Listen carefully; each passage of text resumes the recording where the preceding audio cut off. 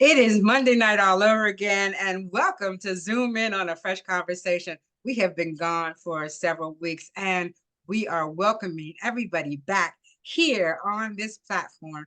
I am Donna Gray Banks, your host, and tonight our special guest is Ty Grady, author of Wealth Principles: 8 Fundamental Strategies to Create Wealth. The book is co-authored with his wife, Kamika. Kamika, am I saying it right? Yes, Grady. Welcome correct. to Zoom In on a Fresh Conversation, Mr. Grady. Thank you for being here. Hello, Donna. Thank you. And it's a pleasure to have an opportunity to speak on your platform. Thank you so much. Zoom In on a Fresh Conversation is brought to you by Eilish Diamonds LLC, Lee's Press, my author. And did you see the gold seal? Amazon bestseller. Yeah. By Dante Production. And of course, the Fresh Book Festival, which will be held in the beautiful city of Daytona Beach, 20 through the 22nd of February, 2025. If you have any questions for Mr. Grady, please leave them in the chat room. And this conversation is being recorded. So welcome, Mr. Grady. Please take a moment and give us a brief background. Hello, everyone. Like Donna said, my name's Ty Grady. I'm originally from Louisville, Kentucky. I am a real estate investor, entrepreneur, consultant, speaker, and author of Wealth Principles: 6 Fundamental Strategies to Create Wealth. In addition, I have developed a self-paced online course titled Master Your Money, Master Your Life, which focuses on simple financial concepts that will change the way people look at money forever. And it's an honor and a pleasure to speak with you this evening. And thanks to Donna Gray Banks for bringing us all together this evening. Thank you. Tell us about your journey to becoming a successful real estate investor, to starting your own company, Freedom Financial Institute. Well, Don, I do want to say, life's good for me now. Life's good for me now. But Yeah. growing up in poverty, I could not envision achieving success in life and business. I was born into a life of drugs, gangs, turmoil, Wow. and glory be and God be the glory that I was able to transform my life into a positive way. And now I have a passion to help others avoid economic shocks and setbacks by making sound financial decisions. You know, Donna, many of us, we were not taught how to manage our money successfully. People in my family and community were not taught how to spend money wisely. And of course, we're not taught how to make sound money decisions in our educational system. You know, I didn't have someone in my life informing me how to pay my bills on time, eliminate debt, save money, invest money, and become an entrepreneur. And early on in life, I was trapped in a debt cycle and going backwards in life, and frustration led to anger and anxiety. And I didn't know where to turn for help. You know, life was getting rough for me. And as time passed, I realized that I had to start looking from within and stop being in denial and living paycheck to paycheck. You know, that's when I started, how to study how money works. And I began to read and understand how to earn money, spend money, and invest it. And life got easier. And I am blessed to be on this call tonight with other successful people that I aspire, to where I want to be in life. And I want to thank you again, Donna Gray Banks, for wanting us all to get to the next level and to maximize, our potential. Over the years, to get to your question, over the years, I created, Freedom Financial Institute. It pained me to see people piling up debt, Oh, I not know. saving money, right, and having difficulties creating wealth. And it didn't matter, Donna, if someone made 20,000 or 200,000, the issues were the same. So I thought of ways, how I can improve financial wellness, in our communities and society. Where are you from? Louisville, Kentucky, originally. Louisville, Kentucky. Okay. And so when did you decide? Like, what was the pivotal moment that said there's gotta be a better way. There's gotta be a way out of where I am. Was there a Sure. pivotal moment? Yeah, sure. After working 20 years in the mortgage, banking, and finance Mm. industries, and working as a professor at 3 universities, where I developed my passion to build programs and curriculum on the topics of financial empowerment. I was in Detroit actually, and the pandemic hit. The pandemic hit, Mm, and we were on complete lockdown. We couldn't go anywhere. We could only go out for groceries. I mean, we saw bodies piling up. And at the time, I was a professor at two universities, Westchester University outside of Philadelphia, and Wayne State University, Mike Ilitch School of Business, teaching personal finance. So I thought to myself, how can I take my experience, knowledge, my 20 years of experience in banking, mortgage, and finance, to help people with their financial empowerment to make better money choices, mm. so they can avoid, some of these financial pitfalls, and then for the next generation, to allow them to really think about how they want to spend, money wisely. When we're talking about legacy communities, right? uh, is it harder? That's not a good question. Let's say when you decided to do the Freedom Financial Institute and you wanted to do legacy communities, communities where diverse communities where people may not have the knowledge, how did you get to them? Were they workshops? Were they Zoom workshops? I mean, how did you get to people to let them know that you had a platform for Sure. helping them economically? Sure. Right before the pandemic happened, I was working on creating my workbook with my wife, Kamika, and we were doing workshops, face to face, in person workshops. Well, then the pandemic occurred, and I had to adapt even as a professor, as I took 7 courses that I Yeah. was teaching online, that I was teaching in the lecture hall, excuse me, online. And this valuable decision encouraged me to relaunch my consulting business, and I started to offer online products and services. And I began to write books and ebooks, to create speeches, seminars, and online webinars and workshops, as we all had to adapt and to reset during this digital transformation that the pandemic, put us in. And we all have to remember that whatever we were doing in 2019, we can't do in 2024. So I was able to, make that adjustment and go online with the information. But now we're coming back face to face, and this is a great opportunity for me to connect with you as we look to serve more people.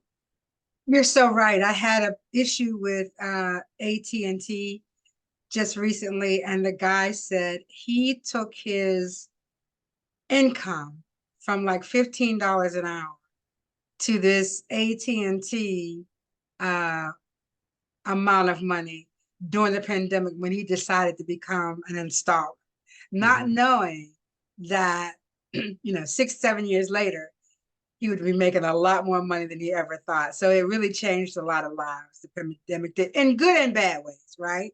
In Absolutely. good and bad ways. Mhm. So explain to the audience. Where is your book? Okay. Wealth Principles: 6 Fundamental Strategies to Create Wealth, by Mr. Ty Grady and his wife, Tamika. Can you see that, or it's not good? Okay, right there.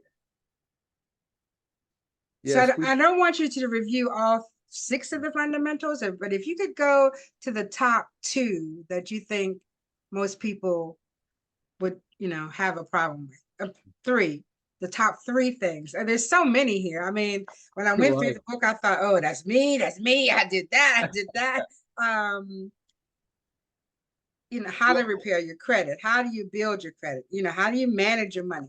Tell me what you decided would be first mhm. in the Well, book. first the numbers are we've done a lot of research. Financial wellness is important to us. According to Yahoo Finance, 57% of Americans can't afford $1,000 emergency expense. 49% of credit card holders carry a balance month to month. 33% of American households, have a written financial plan. And we believe that financial literacy is the #1 economic crisis in the world, and personal Mm. finance should be taught to our young people, to our children here in America, from 7 years old on up, on up. But some of the key things that we want to talk about is, Mm-hmm. for our audience, is getting to the root of your financial difficulties. and setting clear and tangible financial goals. As I said earlier, we don't have money discussions at our table often, in our families, in our communities, and we all have to overcome barriers that money's the root of all evil. I can't have enough money because my parents didn't. We have to work hard to want a lot of money. Money's the root of all evil. So we have to dispel some of these myths and start to think about how money can work for us instead of against us. So we want to see people set clear and tangible financial goals, and that could be paying off debt, saving a particular amount of money, owning a home, starting a business. Another key principle is saving money, having an emergency fund. We typically we help our people, the clients that we serve, with saving 3 to 6 months of an emergency fund to protect you from any curveballs, any economic downturns that we've experienced, and some have experienced more than others because we're all at different levels. And then once you save your money and get that emergency fund intact, we need to find ways how you can invest in yourself, invest and create multiple streams of income to achieve financial security. And most importantly, hold on to your standard of living during your retirement years, because not often, Donna, do we talk about how do we want life to look for us 10, 20, 30 years down the road. Well, I know that in the community that I live in, it's an older community, and half of the people are still working, right? And so, I mean, that's just the way it is. The problem with that is most of us were told, get a good government job, it'll take care of you forever, get a 401k and you'll be set. But that's not the truth, right? That's just not the truth anymore. Because we have different ways of fundamentally making money. And we didn't have those things back in the day, right? We just didn't have them. Let me ask you this. Do you start with Finance 101? I mean, where do you start? First, we have to understand that, building a savings account, emergency fund, a nest egg takes time, right? And having an emergency fund matters, but we have to start thinking about the long-term focus. And what I would say is start small, right? Start to save money at small increments. Start with a budget, okay? A budget is a plan for your money. We have to know where your money's going, right? It's either you're going to control your money or your money's going to have control over you. And creating a budget is a money plan. We like to call it a spending plan, Donna, because sometimes people say budget, they get scared away, and it has negative, connotation to it. Absolutely. Yeah. So, and budgeting is going to be different for an individual or a family. It's always different, right? But we have to control our spending and start saving money you have to establish between needs, wants, and future planning, right? So definitely start with a budget. A budget is going to show you what your income is, right? What your expenses are.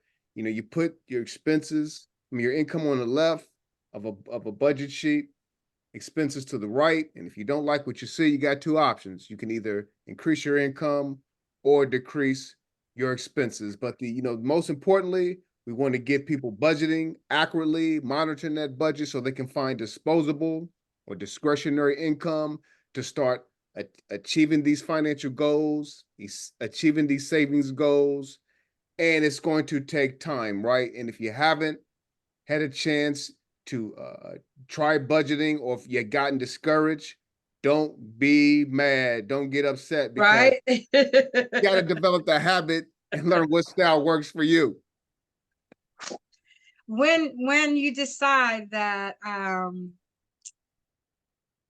you there? Yes, I'm here. Okay. When you decided to write the book, like how did you find time to write it? Wow. I mean, I'm saying, did you write at night? Did you write at lunchtime? How did you find the time to do it? It was tough. We made a lot of sacrifices. My wife, we made a lot of sacrifices when we started writing this book. Uh, Right, I was teaching as a professor, and I had a little bit more flexibility, when I was writing this book. What we would do is sometimes we would write together and sometimes we would write separately. right. And often we started off in the morning. We took breaks, lunch breaks. She would take a lunch break from her job and start writing. And then sometimes we would lock ourselves in the house Yeah. and, and light both ends of the candle and just write all night.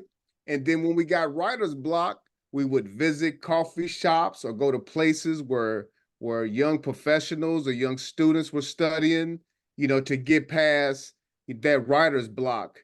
And it wasn't easy. It took about 2 months, a lot of time, energy, and effort. But we started off with an outline. We didn't think about the title until the end. We started off with an outline, Okay. Yeah. yeah, and addressed main topics within the book first. And you decided to self-publish as opposed to other avenues. Why? We decided to self-publish because we wanted control over our material. Everything. Yeah, over everything. And having creative control over the entire process was a real benefit to us. And unlike traditional publishing where they try to control your design, your ideas, the marketing, self-publishing allowed us to be a part of our own decision makings ourselves and gave us the freedom to empower ourselves. And the reward was having complete control over the entire project, but it's difficult too at the same time.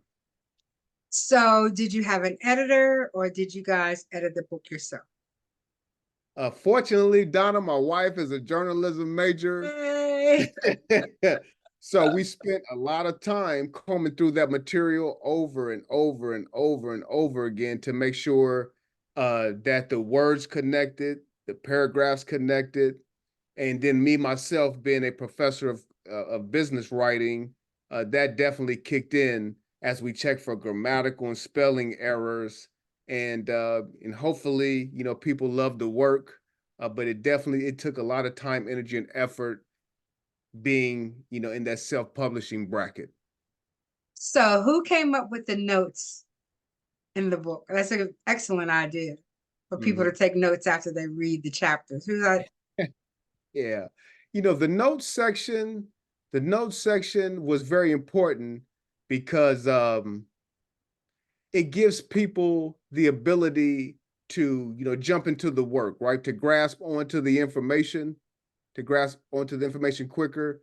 So, self notes, that note section will give people the vantage point to reflect, to understand and really grasp onto the content information, and it gave them the ability to reflect, give their own thoughts and ideas, and that was something that we just came up with as we started to put together the workbook.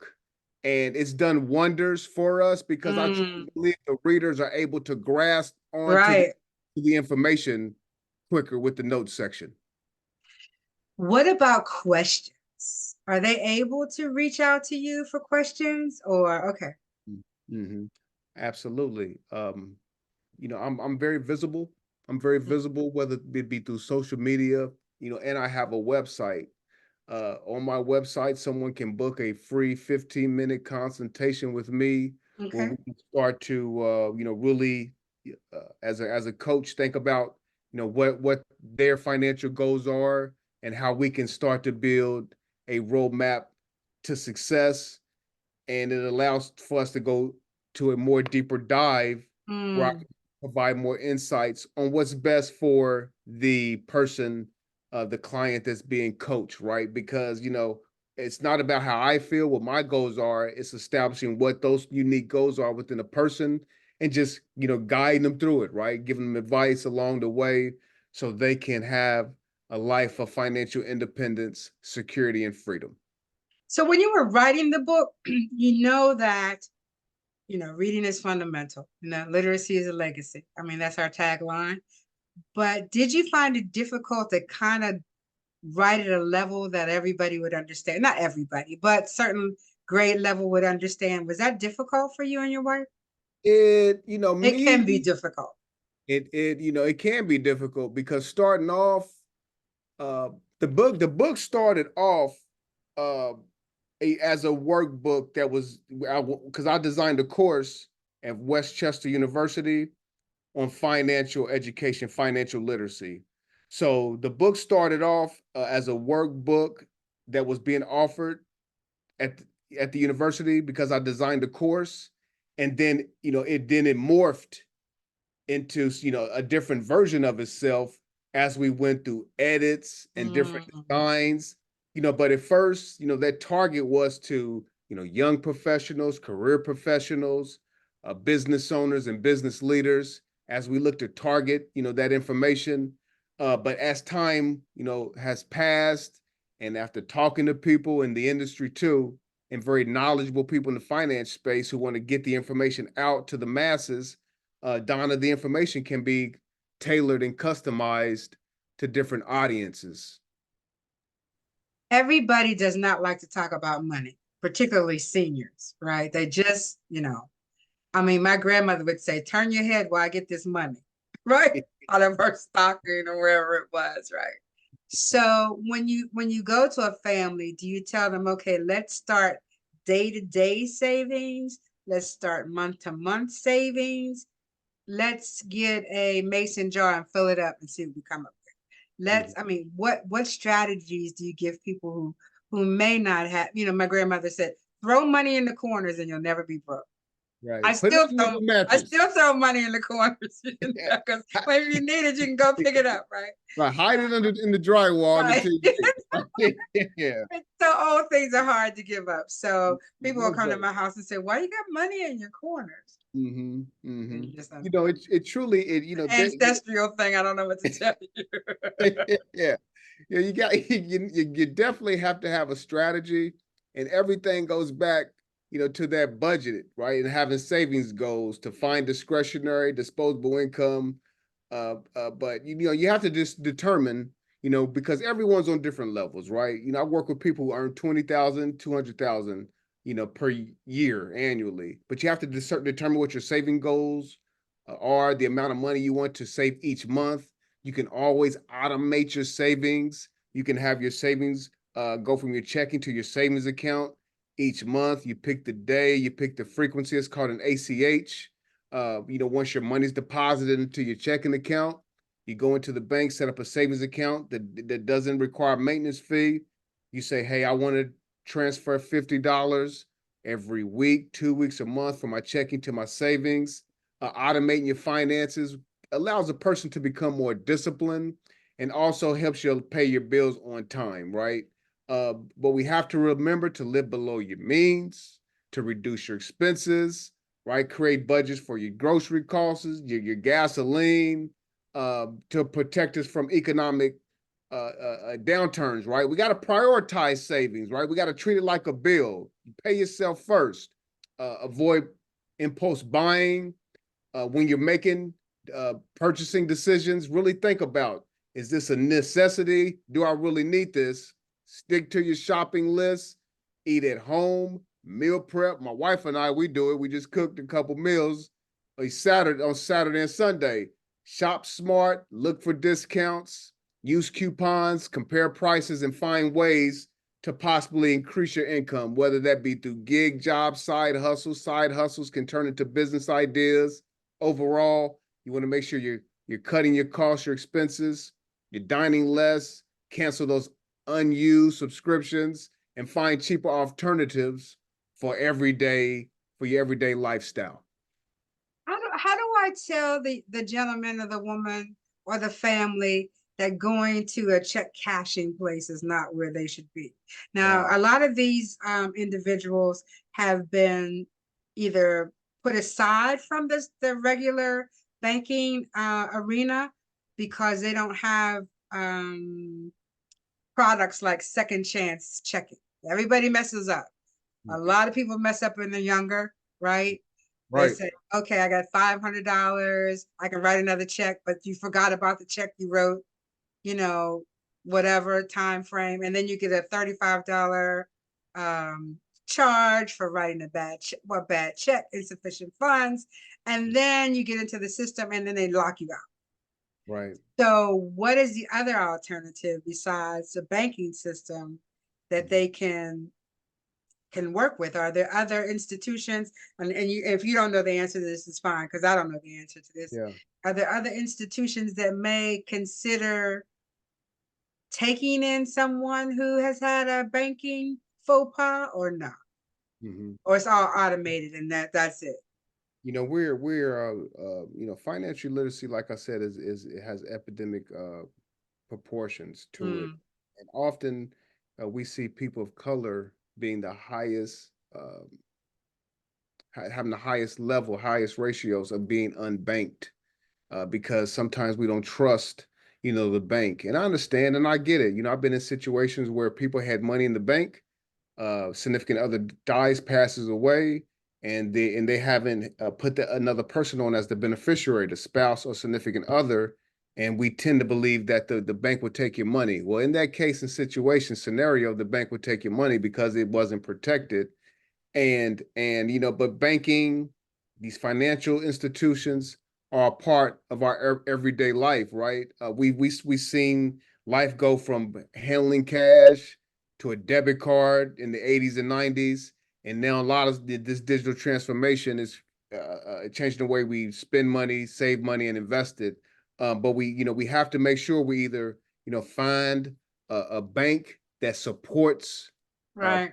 under our underserved communities, right? People of color, you know, are really looking to tear down these lines of redlining, of not getting us resources and access. And that's how we should be spending our money, you know, with the banks that really care about our community, right? Who want to make us inclusive of this and making sure that we are banked. You know, we're putting money in the bank. And you don't have to put all your money in the bank. We're saying have enough money in the bank to pay your bills, right? To continue living your everyday life, and then you know you may want to look at investing your money into financial, into investment firms. There's options out there such as Fidelity, E-Trade. You know, I don't want to confuse people, but you know, having money just in the bank gets chewed up by inflation. So we have to find ways to invest our money to overcome inflation.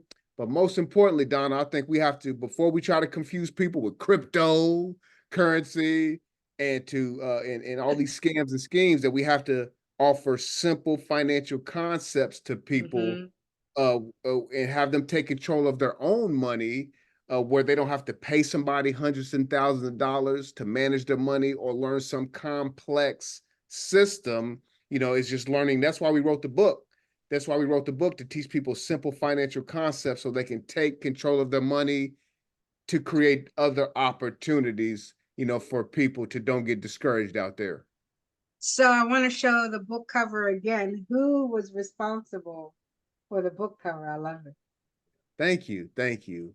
Um, we enlisted, we enlisted, we enlisted a company called Fiverr to it. help us Okay. with the, they Okay. help us with the, you know, the design of and the layout of the book. Fiverr is a online resource where you can hire people who could be in America, the UK, India, you know, for low costs. Because we were looking to trim our costs when we put this book together, and then we hired a publishing company to, you know, to put it all together with the glossy cover and all of that. Right. You know, so we look for ways to trim our costs in this self-publishing stage to make sure that it was a well put together piece of work, published work. So when you were with Fiverr, did you have any barriers in languages, or did Uh, you find someone that was pretty much compatible to what you understood? mhm. You know, I want to tell you the truth. There could be Hmm. those barriers in communication, uh, in translation of languages. That's why you really have to look at and then let them know what you're looking to do, and know that they could be on the other side of the globe. So when you're working, they're sleeping, and when they're sleeping, you're working. Okay. So there's always the change in time zones, but there's so many options out there now on Fiverr that you can find someone Okay. because it lists on there if they can, speak and translate, the English language effectively. Oh, I didn't realize that. I think back maybe a couple of years ago, it was not as easy, but I'm glad that it's gotten better because, what I try to tell the young authors now is that you can sell your book all over the world Mhm. as long as you are able to put it out there. I mean, Amazon has Amazon UK, Amazon China, you know what I mean? But you I have to learned be, that myself, Donna. yeah, You're so yeah, right. Yeah. yeah. I mean, um, when I went to the Amazon bestseller list, it wasn't the United States that put me there. I think actually it was Germany. Wow. Yeah. So, and I tell them, I said, you're making money while you sleep. Don't sleep on that. Yeah. When you're asleep, there's money to be made across the continent, right? Across World the is your country. oyster. Yeah. So we really have to understand that it's not a local economy anymore. It is a global economy that we're working with. Mhm. So how long did it take you to write the book?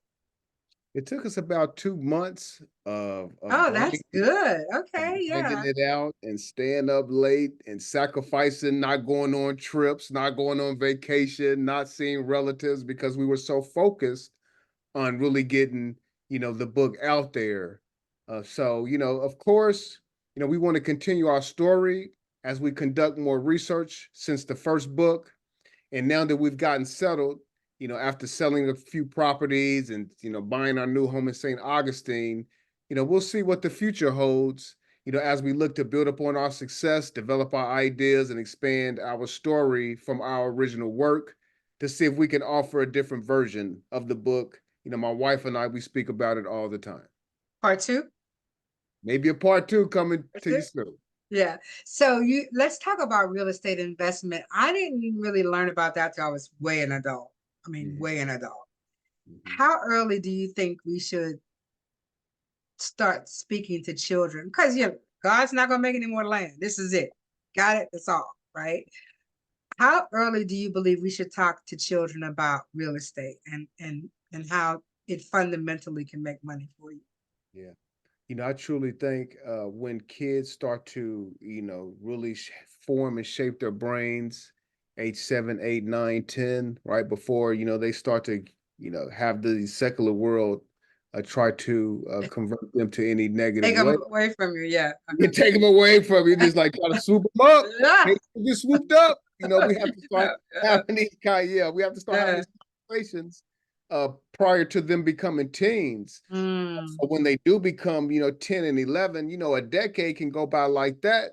So if we set them up early on in their early stages, by the time they become in their early 20s, it's about mindset, right?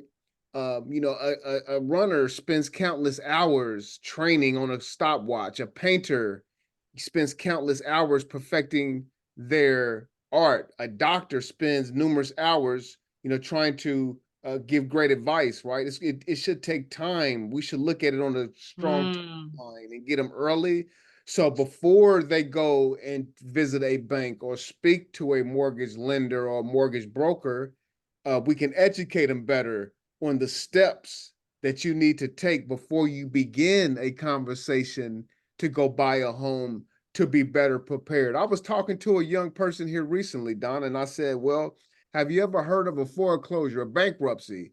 And he looked at me like, huh? I said, see, that's my point, right? We have to say, hey, do it this way, the correct way, and watch who you get the information from so you can avoid, a foreclosure, a short sale, a bankruptcy, and lose your assets. Is to have conversations on how we can buy assets. And Don, I said this to you when we met. We don't have a lot of time, but we do have time because a lot can happen in the next 10 to 20 years. And I was speaking to my brother yesterday back home in Louisville, Kentucky, in a particular neighborhood that we spent time in as children. He told me, he said, "Hey, man, uh, where all of a lot of a majority of Black people lived, and people, like us. And now there's a bunch of Latin and Hispanic people living over there, right? So if we don't start to buy up the land, you said that God ain't creating no more land. We have to talk No about more. no more. We have to talk about our asset accumulation with our young people so we can own land, right? Own property like we did in Lincolnville years ago, Black Wall Street, the fourth district in Birmingham, in Harlem. Atlantic Beach. There you go. Atlantic Beach, right? Abraham Lincoln Lewis, right? Frank Butler, who was talking about having these conversations amongst our people years ago and say, buy now so we can own, right? And own something, right? A business, land, property, hold on to it. And when we go to create our legacy plan, make sure we put it into the right hands so that wealth can be preserved, ma'am. Have you met Twyla? She does Cash Kids. She has a book series called Cash Kids. Her name is, could somebody look her name up for me while you guys are listening? And you guys would make a good duo, right? She does everybody 10 years and below. Okay. I believe I had a conversation with Twyla? Twyla when I first came to Jackson. Yeah, you need to reach back to her, but because you all could have a workshop where she does the kids Mhm. and you do, the young adults and parents, and, have some spaghetti and everybody kind of learn at the same place and at the same time. Her books are amazing about how to develop children when it comes to, because listen, teaching children and teaching adults is a whole different story, right? Yeah. And so she really has the knack for it. You guys would make a great 1-2 punch up there in that area. And St. Augustine is really booming right now too. It really is changing. And we'll talk offline about some people you need to meet while you're in that area. Let's see. So tell us what was the hardest part about writing the book, and then tell me what was the easiest part. Okay. The hardest part of writing a book Starting. was self-publishing in the marketing space, right? And trying to promote the book on your own, right? Yeah, yeah. Entirely as an author, and so if you decide to self-publish, right, you can't get the majority of the profits, but getting noticed in a crowded space, in a crowded market space can be discouraging, because there's so many books to choose from, out there, in the market space. So that's a hard part about self-publishing, Donna. And what was the easiest part? Was there an easy part? Yeah, see, the easy part, the Was easy there part an is, easy part? having control Right. of your content, Yeah. the Yeah. design, your publishing, you don't have to, go to someone and say, hey, what do you think about this content? What do you think about, this book cover? You can just make the decision on your own, which Right. gives you the freedom to empower yourself. And it's very rewarding to have control, over your own work, right? It's like the yin and the yang, the good, the bad, the ugly, and the beautiful. So if you guys have a question for guys, that's plural, but ladies and gentlemen, I don't like to put people all in one place. Ladies and gentlemen, if you have a question for Ty, please put it in the chat room. As we end this conversation, Ty, is there anything that we did not discuss that you would like to bring forward? I do want to say this. To everyone on the call or who may get this recording, you deserve freedom and security. Remember that success takes time, discipline, and requires making tough decisions. Think about how your career, your education, your post-career can establish the life that you want.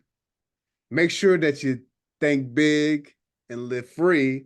We want to make sure, and I do want to thank Donna again for bringing us together. We want to make sure that, you empower yourself to have a rippling effect in a positive way where you can inspire others.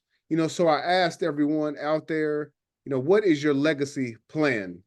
Make sure you write it down, you study it, you read it daily, and you commit to your legacy plan, to preserving your legacy plan, to make sure that you secure the life, that you want to live and make the world a better place.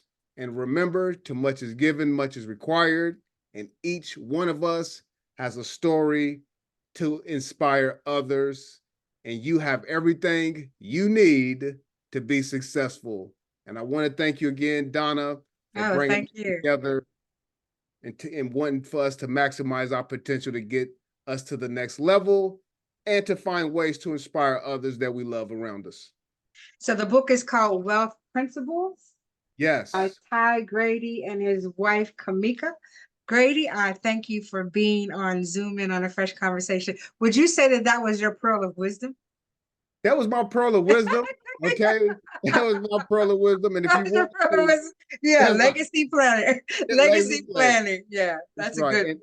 And if you want to get in contact with me, you Yes. can always reach out to me on my website at www.tygrady.com. Our website, Freedom Financial Institute, is currently going through a reconstruction, and our book is available on my website, or you can get the book on Amazon. And I do thank you again for joining us. I have the best webmaster in the world if you're looking for one. So just reach out to me if that's an issue that you have. And so thank you very much, Mr. Grady, for being on Zoom In on a Fresh Conversation. Please tell your wife we said hello and that maybe the next time she will be on the conversation with us. And to the audience, when the lights go out and the cell phone towers go down, all you have left is a flashlight and a good book. Good night. Good night, everybody. Thank you Good for night, being. everyone. Good night. Be safe. Night.